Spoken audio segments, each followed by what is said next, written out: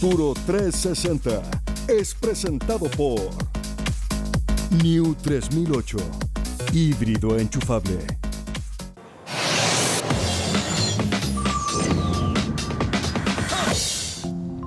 Estábamos todos atentos y expectantes para ver qué artículos podían eventualmente pasar al borrador de nueva Constitución en materia de medio ambiente. Pero el Pleno rechazó en general el informe de la Comisión de Medio Ambiente, ya que la votación no obtuvo el quórum de 2/3 que necesita para poder ser aprobado, sino que solo alcanzó 98 votos.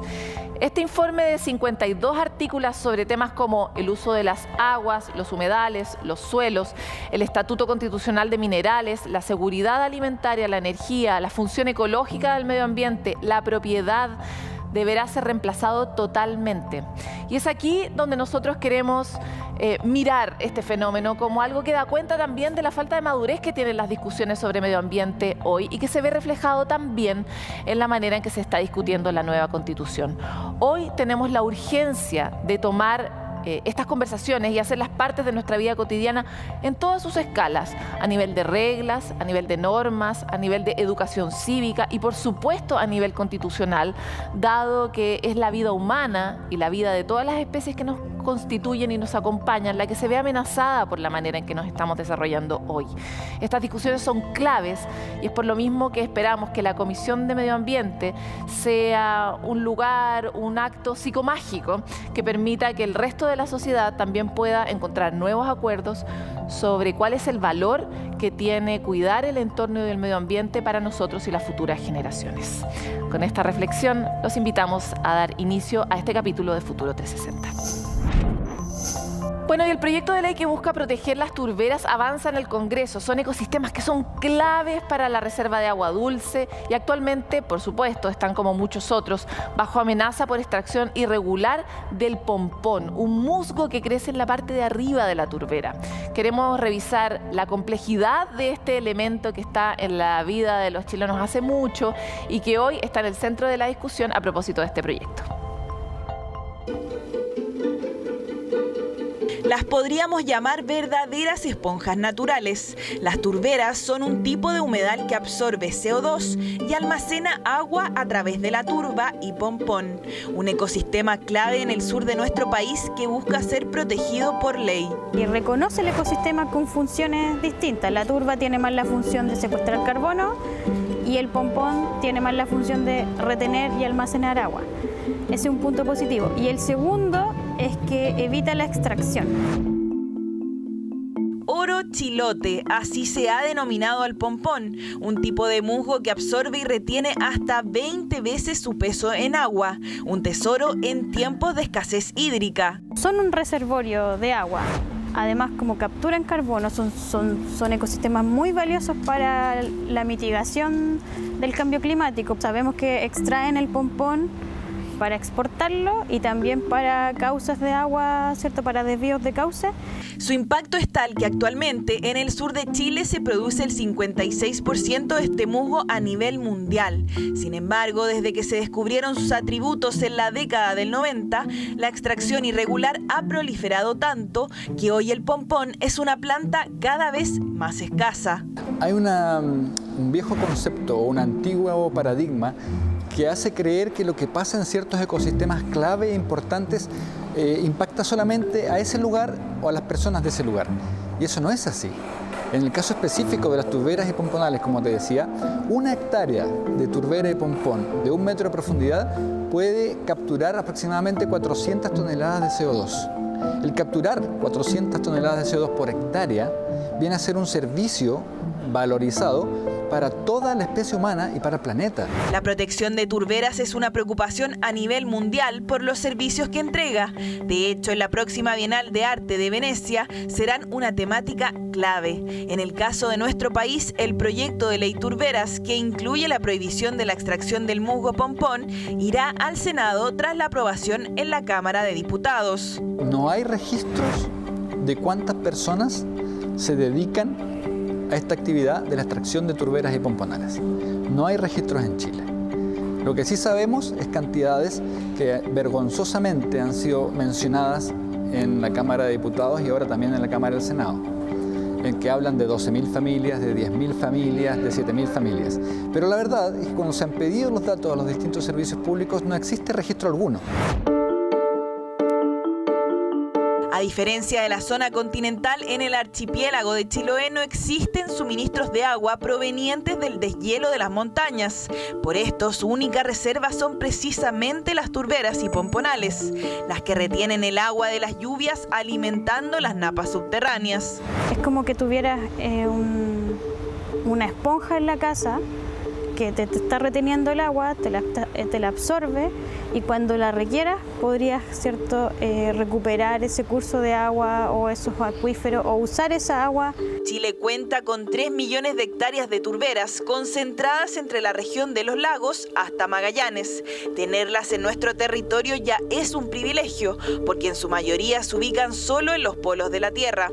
Una legislación urgente podría garantizar su resguardo, no solo para enfrentar el escenario de escasez hídrica, sino que además garantizar la existencia de ecosistemas frente a la actual crisis climática. La inteligencia artificial está para quedarse en nuestra sociedad, lo sabemos de sobra, pero ha llegado a ciertos ribetes escalofriantes. Esta vez en la creación de desarrollos de rostros que han sido integralmente creados por inteligencia artificial, son comparados con rostros reales. Y un estudio ha demostrado que incluso a veces estos creados generan más confianza en nosotros, los humanos. ¿De qué se trata esto? Se lo contamos en la siguiente nota de Javier Albornoz.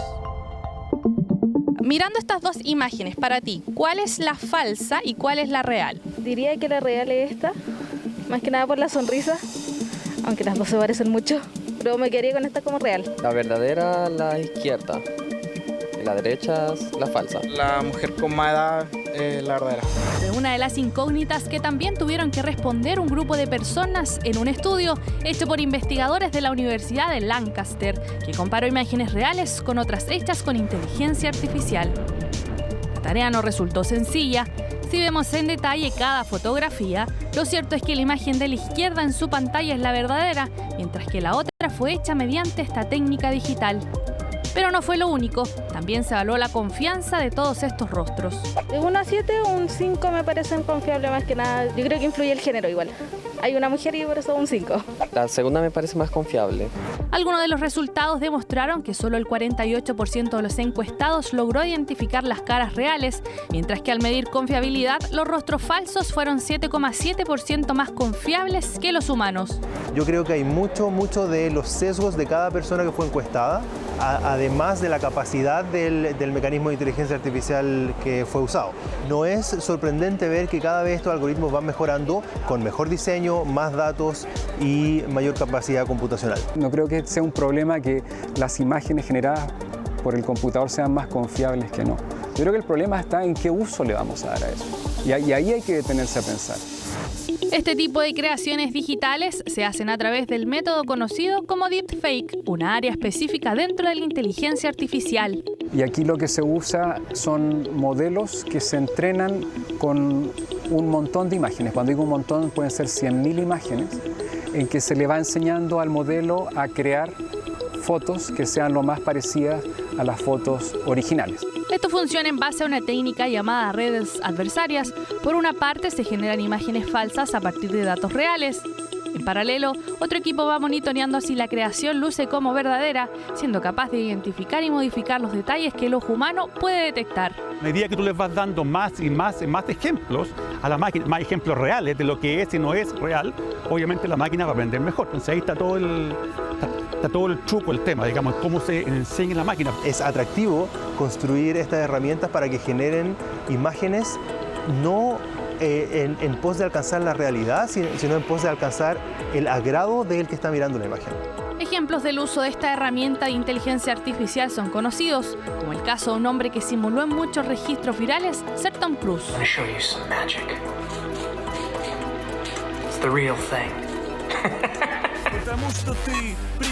O de este comercial ruso, en el cual gracias al método deepfake se pudo grabar sin la presencia del actor en el set y solo simulando su rostro en otra persona.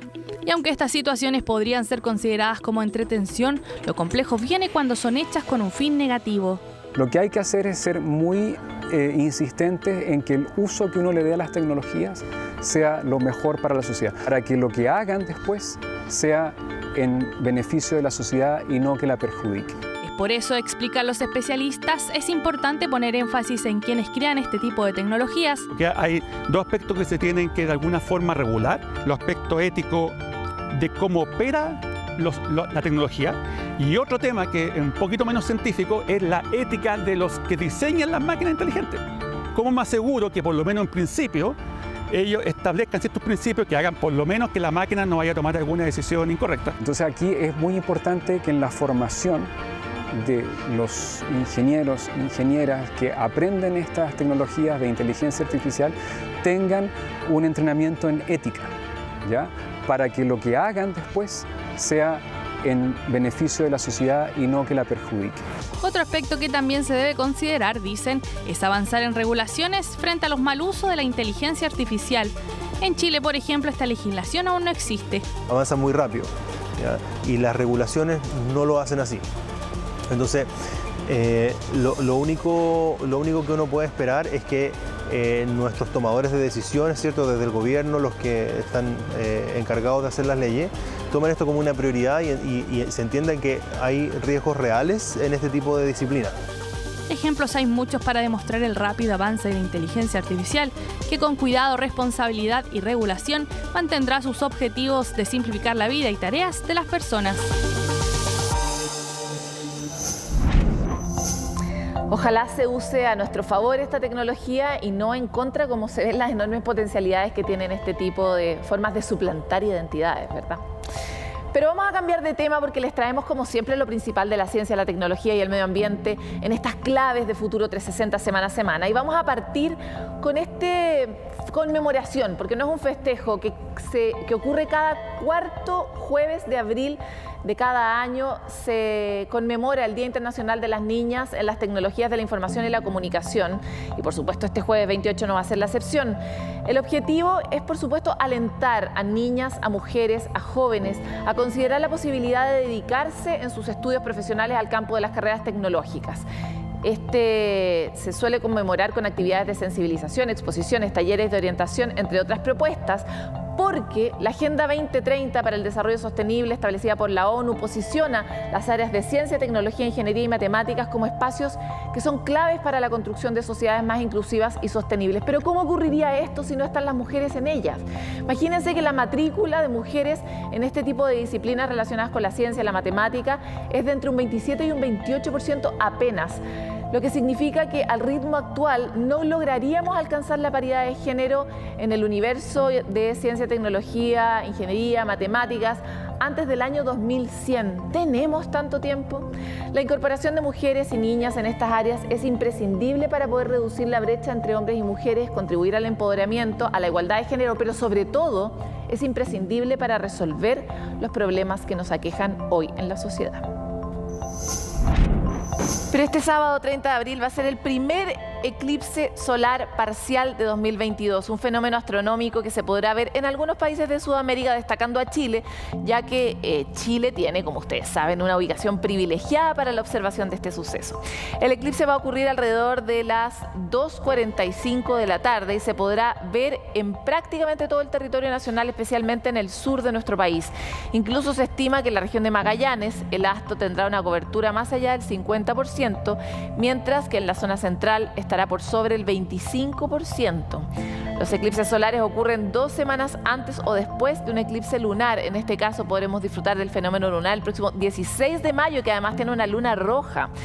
Es importante que para poder apreciar este fenómeno siempre es urgente tener lentes especializados, pues de no usarlos puede tener graves daños a la vista. Ya lo sabemos porque hemos tenido harto eclipse en el último tiempo los chilenos.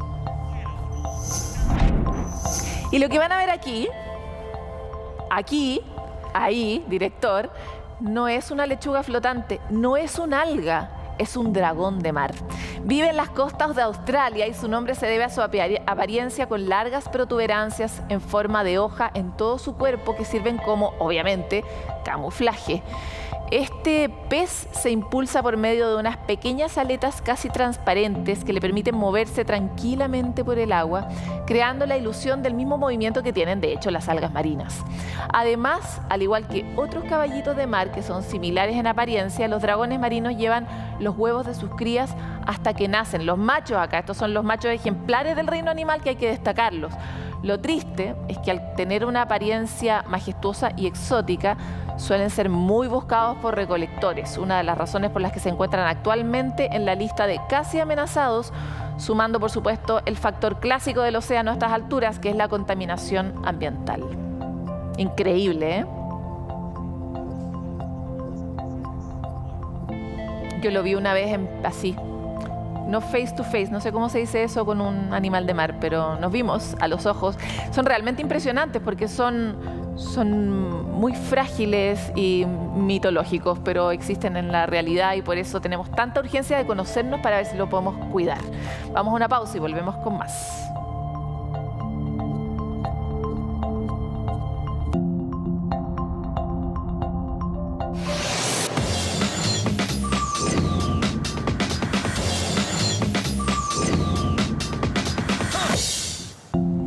Bueno, después de que este año partiéramos con el pie correcto, con la adhesión por parte del presidente Gabriel Boric al acuerdo de Escazú, que todavía tiene un trámite adicional de ratificación en el Senado, pero vamos por camino correcto, digamos, se realizó en Chile la semana pasada la primera COP del acuerdo de Escazú en nuestro país, en la sede de la CEPAL. Y si bien estuvimos como observadores, porque todavía falta el trámite del Senado, ocurrieron cosas, se llevaron avances y se pudo conversar más en profundidad de lo que implica que nosotros seamos parte de este acuerdo. Para hablar más en profundidad sobre cómo fue la experiencia y lo que viene, es que hoy día estamos con Sebastián Benfeld, champion de Escazú para América Latina. Es nuestro representante chileno entre los 5 jóvenes chilenos que han sido parte de todo este proceso, ¿cierto, Sebastián? Exactamente, y también coordinador nacional de la campaña ciudadana Escazú Ahora Chile, que reúne a muchos jóvenes, organizaciones de sociedad civil, y que estamos también muy contentos de estar hoy día acá en este espacio para conversar sobre todos estos temas tan importantes para nosotros. Bueno, por ustedes no lo saben, pero Sebastián postuló entre muchos jóvenes del mundo latinoamericano para ser uno de los representantes e hinchas fanáticos de recordarnos la relevancia de que Chile finalmente adhiriera a este tratado después de quedarse abajo de la mesa y después de fundarlo. Por lo tanto, tiene mucha experiencia en esta materia a sus tempranos 20 años. 20 años. ¿Quién fuera tú? Sebastián, partamos por el principio. Acabamos de adherir, efectivamente falta un trámite. Me imagino que como champion de este tratado has estado tú también haciendo lobby en el Congreso para que esta cuestión ocurra. ¿Cómo se ve esa ratificación? No, completamente. Nosotros desde el día 1, en primera instancia, el año pasado hicimos que todos los candidatos presidenciales se comprometiesen con la adhesión de Chile al acuerdo de Escazú. Y estamos muy contentos de que el presidente Gabriel Boric, quien también suscribió este compromiso, haya cumplido con su palabra y haya firmado el acuerdo en su primera semana de gobierno. E inmediatamente luego de que eso ocurrió, empezamos a contactar a todos los parlamentarios de la Comisión de Relaciones Exteriores y la Comisión de Medio Ambiente de la Cámara de Diputados, que son las comisiones que van a investigar sobre este tema, para tener reuniones, conversar, ver qué posturas tienen al respecto, resolver las dudas que siempre hay respecto a este tema. Y la verdad es que han sido muy buenas conversaciones. Estoy muy contento de decir que desde el Partido Republicano hasta el Partido Comunista hay realmente una buena disposición a avanzar en las materias ambientales, y también siento que hay un consenso respecto de que el acuerdo Escazú es una muy buena medida a impulsar como país. ¿En qué plazo debiéramos tener esto listo? Nosotros siempre estamos porque sea en el plazo más rápido posible. Ojalá que dentro de las pocas semanas esto ya se pueda votar en la sala completa de la Cámara, después tiene que pasar por el Senado, así que también nos queda más trámite, pero esperamos que sea lo más pronto posible, aunque también eso siempre depende de las presidencias de las comisiones y depende también de lo que estén negociando los parlamentarios entre medio. Sebastián, ¿cuál es el acuerdo? Tiene distintas dimensiones. ¿Cuál es para ti la más relevante? Para mí es súper relevante entender que en el conjunto el tratado ya es una cuestión inédita, una cuestión que nunca había pasado, porque estamos hablando del primer acuerdo ambiental de toda América Latina. Y también otra cuestión que es súper importante destacar es que es el único en todo el mundo que protege a las y los defensores ambientales. Pero ahora, si es que yo quisiese hacer un paralelo acá en Chile, que es lo que estamos más al debe, por ejemplo, y donde donde el Acuerdo de Escazú podría contribuir efectivamente a la protección del medio ambiente, yo diría que tiene que ver con la generación de información, porque el Acuerdo de Escazú, uno de sus pilares, tiene que ver con la transparencia ambiental, o sea, que nosotros podamos tener conocimiento respecto de cuál es la calidad del agua que estamos tomando, cuál es la calidad del aire que estamos respirando. Es una materia básica, esencial, que hoy día no tenemos conocimiento y por lo mismo yo creo que ese podría ser uno de los principales aportes de este tratado para nuestro país. Es acceso a la información, pero también a la participación. Exactamente. De hecho, también ese es como el corazón del Acuerdo de Escazú, que tiene que ver con la democracia ambiental. Y eso implica que cuando el día de mañana alguien quiere instalar algún proyecto contaminante, por ejemplo, en el lugar donde yo estoy viviendo, no llegue y lo instale, como pasa actualmente, sino que más bien le diga a la ciudadanía qué es lo que está pasando, le consulte, le pregunte cuál es su parecer al respecto, que la ciudadanía pueda contribuir y que haya un diálogo también honesto al respecto. Uno de los argumentos que tenía el gobierno del expresidente Sebastián Piñera para no adherir al acuerdo era que la participación ya estaba garantizada. ¿Qué opinas en particular sobre ese punto y si nos falta, con lo que tenemos en el marco legal actual, para mejorar el nivel de participación, qué nos falta? Yo le diría al presidente o al expresidente Sebastián Piñera que revise las propias estadísticas que tiene hoy día todos los servicios ambientales que tiene nuestro país y que indican que justamente solamente el 5% de los proyectos con impacto ambiental pasan por procesos de participación ciudadana. Eso es del todo deficiente. La participación ciudadana debe ser central y debe ser parte de todos los procesos de aprobación de algún proyecto que pueda impactar en la salud pública o también en la salud de los ecosistemas. Y yo creo que ahí tenemos mucho que avanzar en la línea de lo que apunta el Acuerdo de Escazú. Además, en cuanto a nuestra legislación, hoy día la participación ciudadana se comprende a veces en plazos que son muy reducidos. Hablamos, por ejemplo, de 20 días hábiles, un tiempo que no alcanza ni siquiera para interiorizarse en profundidad de cuáles son las... O conocer a las comunidades. Exacto, y cuáles son los impactos del proyecto, por ejemplo, y cuáles son sus aportes. Hay que también tener siempre presente lo bueno y lo negativo del proyecto para que la ciudadanía pueda también tomar una buena decisión al respecto. Ahora tenemos, acaba de ocurrir esta cumbre, ¿verdad?, la semana pasada. ¿Cuál fue el principal logro de la semana pasada? Yo creo que hay hartos logros que destacar. Uno de los que yo más destacaría sería que la COP se realizó primero acá en Chile con la presidencia también del presidente Gabriel Boric, lo que fue una cuestión, un hito muy importante para la conferencia, le dio también otro aire.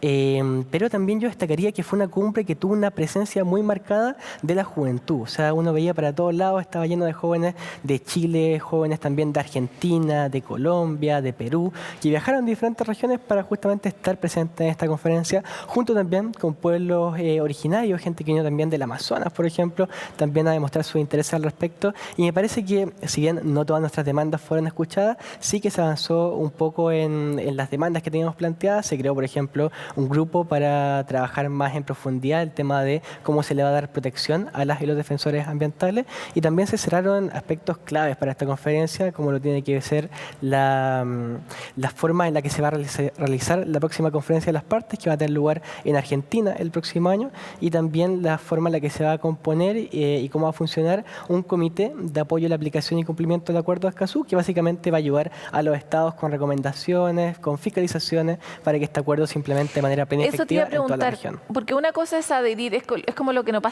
pasa con las áreas protegidas, ¿verdad? Podemos declarar un área protegida, pero para protegerla efectivamente es difícil. Y lo mismo, podemos declarar que vamos a proteger a los defensores ambientales, pero eso tiene que tener una bajada muy concreta en el cuerpo legal, etcétera. ¿Cuáles son los primeros trazos que permiten ver de qué manera vamos a hacer efectivo el acuerdo si es que se termina ratificando en Chile? Yo creo que ese es un tema súper importante a destacar y a conversar en este momento, porque, por ejemplo, uno de los argumentos que ha planteado algunos sectores políticos para rechazar el Acuerdo de Escazú tiene que ver con que esto es un acuerdo autoejecutable, o sea, que desde el día que se ratifica, listo, ya se implementa en el país y los tribunales lo entienden tal y como está. Eso es completamente falso, porque para que el acuerdo sea efectivo tiene que haber un adecuamiento de todo nuestro ordenamiento interno en términos jurídicos, y eso implica, por ejemplo, crear una ley que dé protección efectiva a la y los defensores ambientales. Y ahí el Acuerdo de Escazú lo que hace es establecer ciertas directrices, ciertas recomendaciones, principios, ¿no es cierto?, sugerencias para que se cree esa legislación, pero una legislación que todavía tenemos que desarrollar, y para eso tenemos que tener muy presente cuál es el contexto nacional, o sea, entender cuál es la realidad, por ejemplo, a la que se enfrentan los defensores ambientales y de qué manera o cuál es la mejor forma de darles protección. Pero es una discusión que hay que tener acá interno en nuestro país y probablemente también en nuestro Congreso.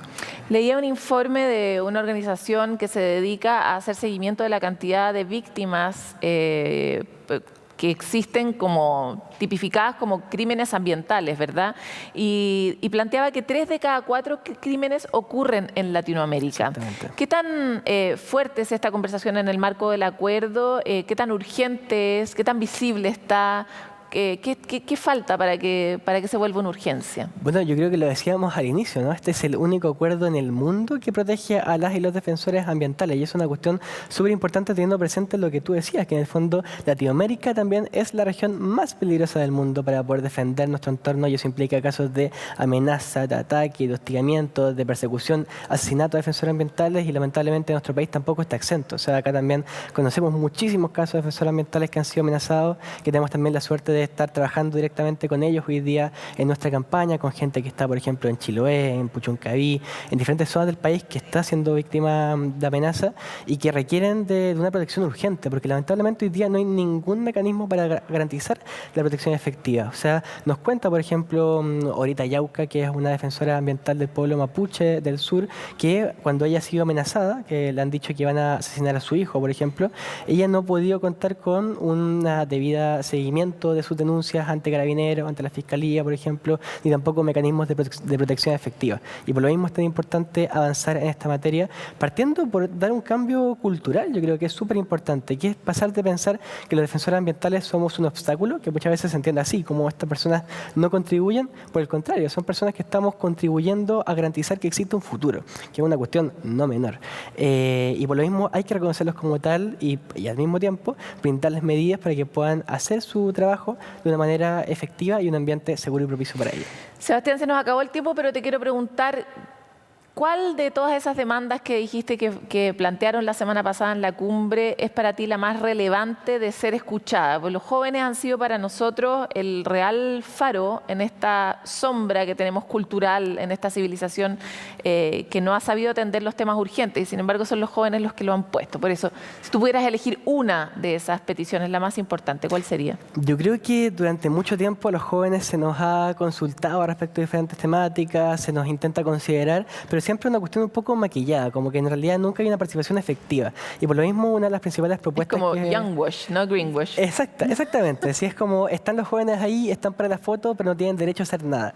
Nosotros creemos que sí debemos tener ese derecho, y por lo mismo una de las medidas que estamos proponiendo es que se cree, por ejemplo, un mecanismo de participación permanente de las juventudes dentro de los procesos de las conferencias de las partes, y que tengan también un representante de la juventud que pueda participar de las negociaciones con derecho a voz y con derecho también a escuchar directamente, estar sentado en la mesa, en el fondo, con los países y conversar al respecto. No pedimos derecho a voto, sabemos que eso es una cuestión muy difícil, pero sí esperamos que se nos considere y se nos cuente también como tal dentro de la mesa. Te quiero agradecer por estar aquí. Aquí siempre vas a tener derecho a voz. Muchas gracias, estoy muy feliz de ello, y que ojalá más personas hoy día puedan promover este acuerdo que es tan importante para nosotros. De todas maneras. Nosotros también hemos sido bien activistas con Escazú, porque comprendemos la urgencia del acuerdo. Si todavía hay zonas oscuras o grises que no comprende, puede revisar los detalles en alguna de las notas que hemos generado en Futuro 360 ya hace bastante tiempo a la fecha. Y como la ciudadanía digital se ha vuelto más real que nunca, lo veremos en una entrevista que viene a continuación, es que nosotros no podemos no darnos este espacio para revisar lo principal que nos trae el mundo de la web, y hoy de la mano de Magdalena Fuenzalía. Muchas gracias por estar acá, Mané. Gracias, Paloma. Sí, tenemos varias novedades en el mundo de la tecnología, en la innovación y también en el medio ambiente. Hay algunas buenas, otras malas, pero ahí vamos a ir revisando. Partamos por el lado amable. El lado amable, y uno de mis favoritos de hecho, tiene que ver con la comida. Esta vez la comida se lleva ahí en el ámbito más científico, y tiene que ver que un grupo de científicos holandeses, en este caso son mis héroes, porque están buscando el chocolate perfecto. Y no sé, ¿tú qué crees que debería tener un chocolate perfecto? Suficiente cacao, buen olor y sobre todo textura de calidad. Ya, ahí en la textura, de hecho, dijeron que hay un tema súper importante, que ellos están buscando el elixir del chocolate un poco, y tiene que ver con la crocancia, porque sabemos que un buen chocolate debe tener una crocancia muy importante, y ellos están llevando a cabo este tipo de crocancia a través de tecnología en 3D. Esto quiere decir que están haciendo chocolate con impresora 3D y la forma tiene que ver con, por ejemplo, una S. Así partieron y dijeron, ¿será tan crocante de esta forma? Y de ahí fueron entregándole este chocolate a gente para que lo fuera probando y dijeron, podría tener un poquito más de crocancia, y fueron haciéndolo en tipo espiral. Así que ahí fueron llegando hasta el punto perfecto. Entonces la ciencia puede encontrar la solución para poder imprimiendo tu chocolate favorito crocante. Tal cual, sí. Y un chocolate que sea también, bueno, ahí decían que tenían un poco la dificultad de que fuera, por ejemplo, imprimir chocolate, pero que a la vez se pudiera secar de forma bien. Entonces ahí estaban viendo cómo lograban hacer eso, pero tenían sus catadores, cosa que también me habría ofrecido, porque catar chocolate y su crocancia es algo que es un sueño de muchos. Podemos disponernos ahora para los investigadores holandeses, si están viendo nuestro segmento, que siempre estamos disponibles para ese tipo de tareas. Pero vamos a las sombras. Ya, acá es una noticia muy triste, tiene que ver con los tigres de Sumatra. Se encontraron 3 tigres que fallecieron producto de unas trampas que se supone que habían puesto para unos jabalíes. Eso es lo que se supone, pero aún así están haciendo investigaciones porque de hecho era una mamá con su cría que fueron uno de los que, fueron uno de los que ahí cayeron en esta trampa, y también otro más a 500 metros de esta pareja de familia. Ahora, cuando mueren tigres uno dice, bueno, pero ¿y qué tanto? Pero ¿cuál es el punto? Es que el gran punto de los tigres de Sumatra es que están en peligro de extinción. De hecho, quedan al menos 400 ejemplares, y esto es súper poco. De hecho, en el documental ahí, que es de Barack Obama, que habla sobre los parques nacionales, uno de ellos es de Indonesia, y ahí habla de la importancia de los tigres de Sumatra, que son tan pocos, y aparece de hecho una de las... Sí, aparece es el principal eslabón de la cadena completa, y por lo tanto si desaparece, lo que empieza a pasar es lo que pasa cada vez que cae el principal depredador, que se empiezan a disparar poblaciones y se generan desequilibrios ecosistémicos graves. Así que una terrible noticia. Sí, pasa que de hecho los tigres de Sumatra, al ser 400, son súper difíciles de poder grabar. En el documental de hecho aparecen imágenes impresionantes de ellos ahí caminando, pero que es súper difícil poder grabarlos. Entonces esta noticia es... de frentón muy triste, porque son solo 400 al menos los que se cree, y también tiene que ver con la deforestación y también con su caza. Entonces esa es una de las noticias más tristes que tenemos en esta sección. Pero ahí nos vamos también a otra parte que es de innovación y innovación chilena, que acá nos encanta destacar.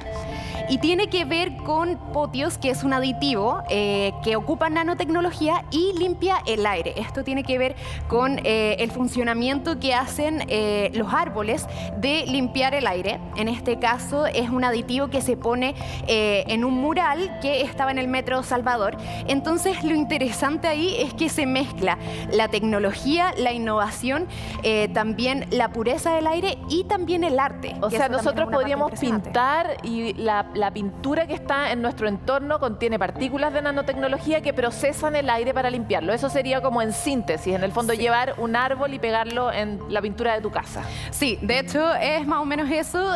Ocupa esta pintura como si fuese 2 árboles que están purificando el aire. Entonces eso es lo impresionante, y también lo que decían los científicos de la Universidad de Chile, que fueron los que ellos estaban desarrollando este proyecto, tiene que ver con el hecho de que la tecnología o también la ciencia es difícil de explicar.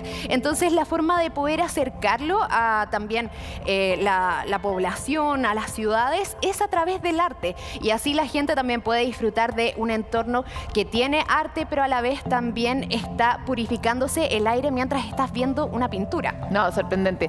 Oye, esta y otras novedades podemos verlas en nuestros sitios, en nuestras plataformas. Sí, de hecho estas son solo algunas de las novedades que tenemos, porque nosotros solemos ver siempre tecnología, innovación, medio ambiente, pero también pueden visitar nuestra página web www.futuro360.com y también nuestras redes sociales. Ahí estamos constantemente subiendo información sobre el espacio, sobre también nuestra naturaleza, que es tan impresionante y que la verdad es que nunca deja de sorprender. Y conocemos muy poco.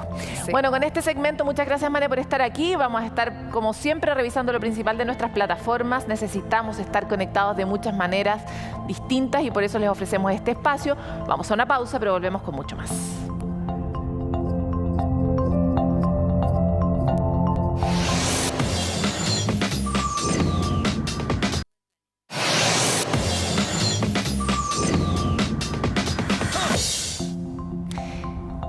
agua es y será uno de nuestros principales dolores de cabeza de aquí en más. Por lo tanto, ¿cómo hacemos para hacerla en su uso más eficiente? ¿Cómo hacemos para que alcance más para todos? ¿Cómo hacemos para cuidarla? Es una de las grandes preguntas. Y es aquí donde se quiso meter uno de nuestros emprendedores chilenos que diseñó un producto para evitar la evaporación del agua. Uno de los grandes problemas que tiene, por ejemplo, la agricultura o la minería. Veámoslo.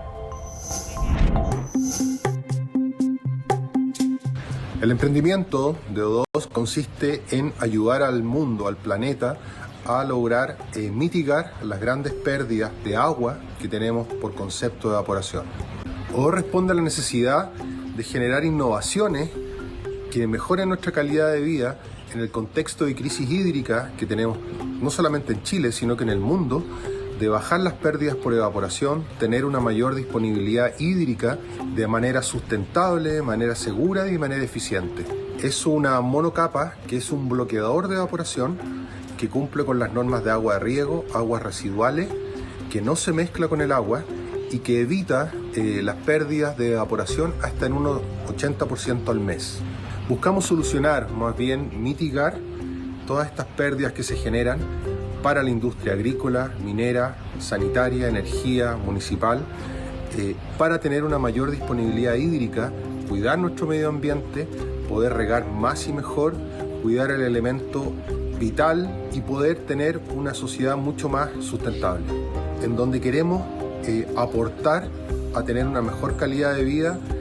O2 se puede encontrar en una red de distribuidores que tenemos, PCBOW, Kipasur, Agriventus, y en nuestra página www.o2company.cl. Estaba yo ahí cuando cayó un meteoro. Ay, no, cayó un meteorito. ¿Cuántas veces hemos tenido esta confusión? ¿Son cosas distintas los meteoros de los meteoritos? Por suerte en Chile tenemos una científica de primer nivel que se ha dedicado específicamente al estudio de todos los objetos que caen sobre nuestro planeta y aquellos que no caen también. Millarca Valenzuela nos explica cuál es la diferencia clave para entender cuál es un meteoro y cuál es un meteorito. Un meteorito es un fragmento de una roca natural que puede provenir de algún cuerpo del sistema solar, principalmente del cinturón de asteroides, o sea, de material asteroidal, pero eventualmente también puede ser un pedacito de corteza de otro planeta o de otro satélite como la Luna. Ahora, para que lo llamemos meteorito, esa roca que estuvo volando entre medio de los planetas tiene que entrar entonces a la atmósfera de la Tierra, que es una gran defensa que de alguna forma destruye parte de ese material. Entonces es el material que sobrevive la caída y que le encontramos como una roca en el suelo. Generalmente la gente confunde el término meteorito con lo que ven volando. A eso nosotros le llamamos meteoro, y que es un evento de luz y sonido que no necesariamente va a generar un meteorito. Entonces meteorito solamente le llamamos a la roca sobreviviente que encontramos en la Tierra. Dentro de los meteoritos los clasificamos principalmente por la mayor cantidad de minerales que podemos ver a simple vista. Los que parecen una roca muy parecida a las rocas de la Tierra, los llamamos meteoritos rocosos. Si es que vemos que tiene además aleaciones de metales con silicatos, entonces le llamamos un siderolito o un meteorito de roca y metal. Y finalmente, si es solo hierro, eso corresponde entonces a los meteoritos metálicos que generalmente denominamos, en inglés son irons. Uno podría haber creído en su infancia tierna que cuando la sociedad evolucionara y a medida que más desarrollada estuviera, sería menos violenta.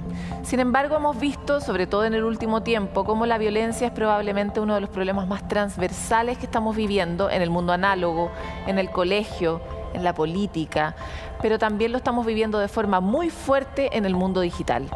Y es ahí donde no hay ningún límite, no tenemos herramientas para trabajar con ella y, como siempre, somos las mujeres las principales víctimas de la violencia digital. Por eso hoy día queremos hacer un foco en este tema, cuáles son las necesidades que tenemos para poder enfrentar este problema en un lugar tan intangible como lo es el universo digital. Para conversar sobre este tema estamos hoy con Patricia Peña. Ella es presidenta de la Fundación Datos Protegidos y está muy al tanto de este problema y profundizándolo. Muchas gracias por estar con nosotros, Patricia. Hola, Paloma, gracias a ustedes por la invitación. Primero quisiera partir porque mientras me preparaba para esta entrevista veía que hay una definición de violencia digital. ¿Cuál es esa definición? Bueno, finalmente llegamos a un consenso de que es cualquier acción coercitiva, de acoso, de hostigamiento que ocurre a una persona a través de cualquier dispositivo, a través de cualquier medio digital o dispositivo de comunicación o a través de cualquier tecnología de información y comunicación o tecnología digital, porque esto también se está proyectando, ¿no?, desde documentos de la ONU, recientemente, por ejemplo, también la UNESCO, la Comisión Interamericana de Derechos Humanos, quienes también han hecho un esfuerzo por entregar estas definiciones a los distintos países para que se tengan políticas públicas. Respecto de este problema, yo creo que sí podríamos decir la frase, no lo vimos venir. Creo que no vimos venir el tamaño del mundo digital, el alcance que podía tener. Definitivamente no nos preparamos para nada, llegó la pandemia y nos tomó de sopetón a todos tratando de entender, tratando de subirnos, pero hoy día ya tenemos un problema manifiesto. ¿Qué tan grande es este problema? ¿Cuánta gente es violentada o sabemos que es violentada de forma digital y cuáles son las principales brechas? Bueno, lo primero es que justamente ese es el primer problema, que no tenemos datos ni estadísticas oficiales, particularmente en países como el nuestro, porque no tenemos institucionalidad que se haga cargo de esto. Entonces, muchas veces esto ha estado a cargo de organizaciones y fundaciones como la nuestra y otras que empezaron a tomar este problema, particularmente para el caso, ¿te acuerdas? 2018 Nido, que explota. Perdona que te interrumpa, pero ¿existe algún país que sí tenga una institución dedicada a cuidar a la gente? No necesariamente. Fíjate que en este momento, hace muy poquitito, estuve participando en un conversatorio y ni siquiera países anglosajones lo tienen resuelto, porque efectivamente implica tener una institucionalidad que se hace cargo de un problema primero que muchas veces está relacionado con situaciones de violencia que ya ocurren en lo real, digamos. Muchas veces las situaciones de violencia digital tienen que ver con un continuo, pero en este momento, tal como tú decías, estamos viviendo situaciones que son exclusivamente del mundo digital, ¿no? Y que ocurren ahí. Claro, o sea, casos donde hay violencia intrafamiliar y se extiende a la red, o casos donde hay violencia en los colegios y se extiende a la red de bullying, ¿verdad? Fíjate que hace muy poquitito veíamos cómo en Gran Bretaña se está discutiendo la Safety Bill, que es quizás uno de los referentes en este momento en Europa de lo que se cree va a ser digamos, un marco regulatorio en materia de protección de la privacidad y los datos personales de los ciudadanos británicos, pero aún así... ¿Pero de qué se trata específicamente? Bueno, básicamente establece una serie de regulaciones justamente que ponen un mayor marco de exigencia a las empresas en relación a la extracción de datos que se hace y también a situaciones donde los ciudadanos y las ciudadanas ven expuestos sus datos, que está muy relacionado también con situaciones de violencia digital. Por ejemplo, el doxing. Desde ese punto de vista me parece interesante porque cuando uno daña la honra a través de un medio de comunicación, existe una forma de reparar la honra, tal vez por lo menos legalmente, a través del mismo medio de comunicación. Es algo que los periodistas nos toca mucho porque si nos equivocamos gravemente en algo tan sensible como es dañar la honra ajena, tenemos que hacer la reparación de la misma manera que generamos el daño.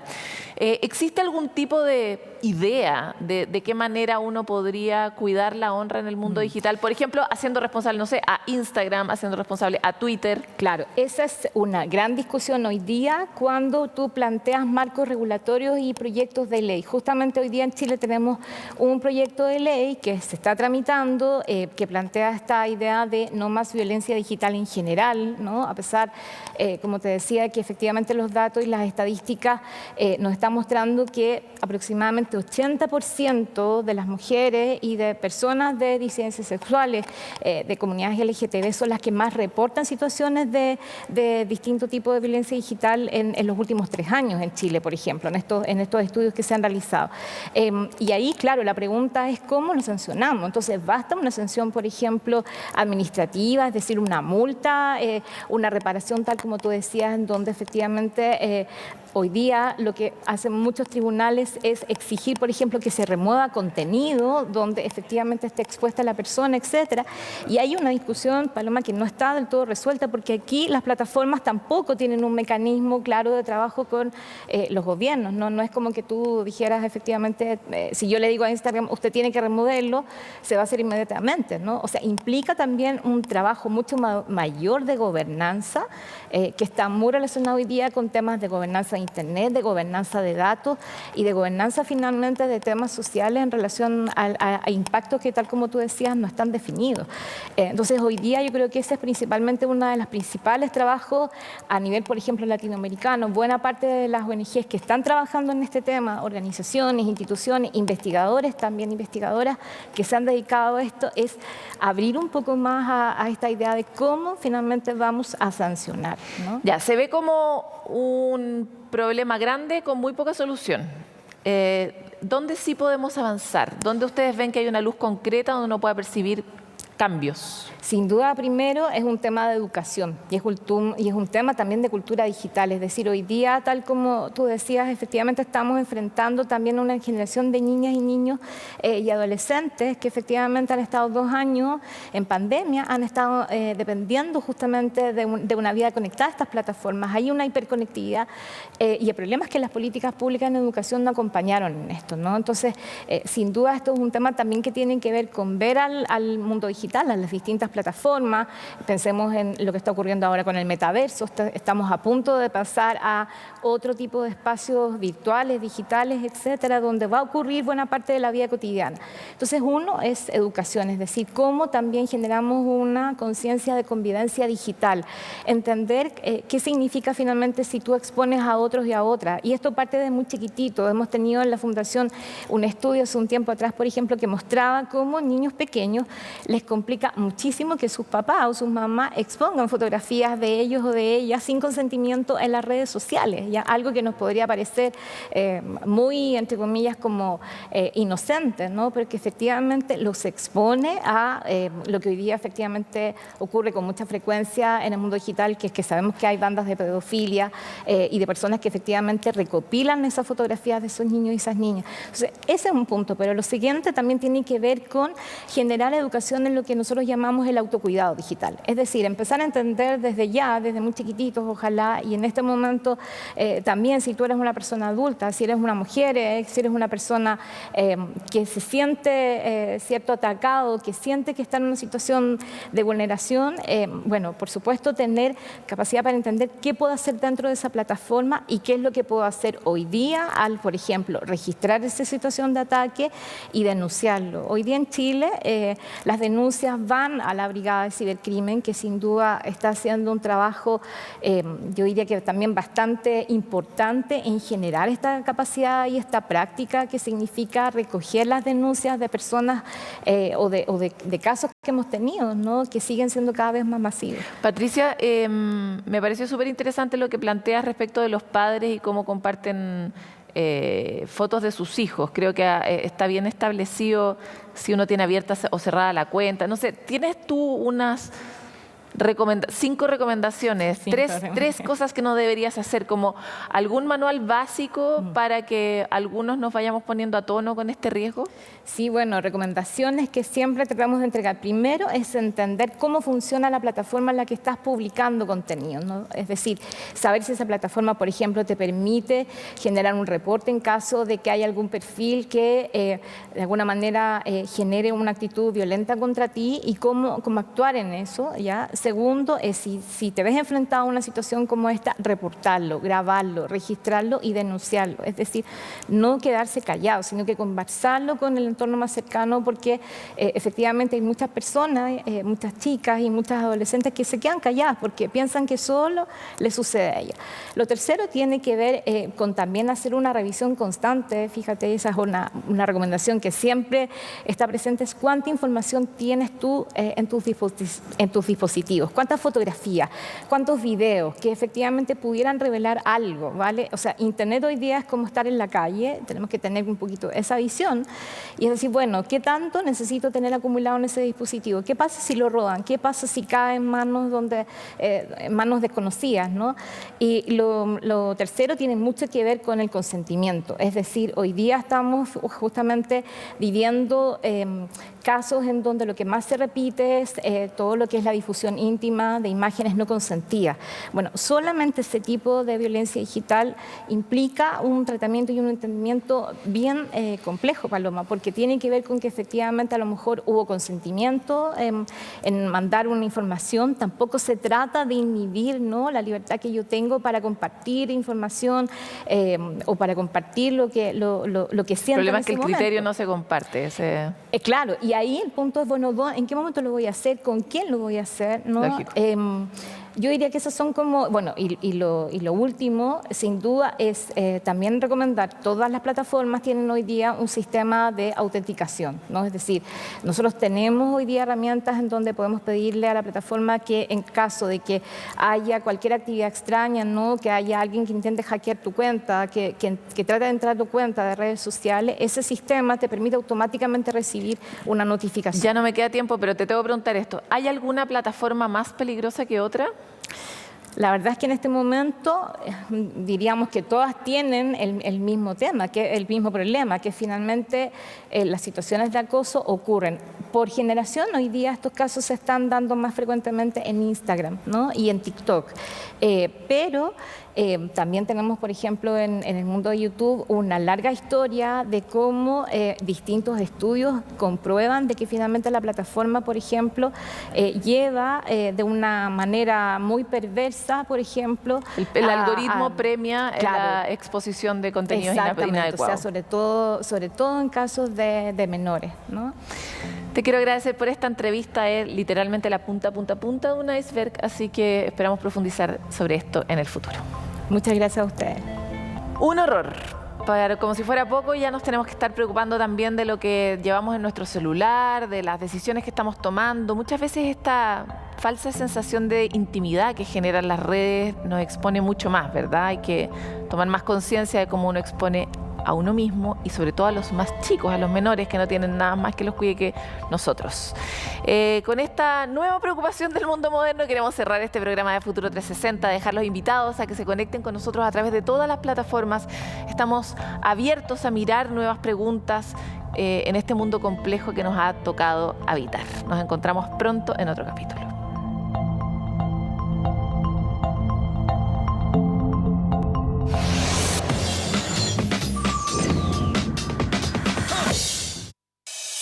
Futuro 360 fue presentado por New 3008, híbrido en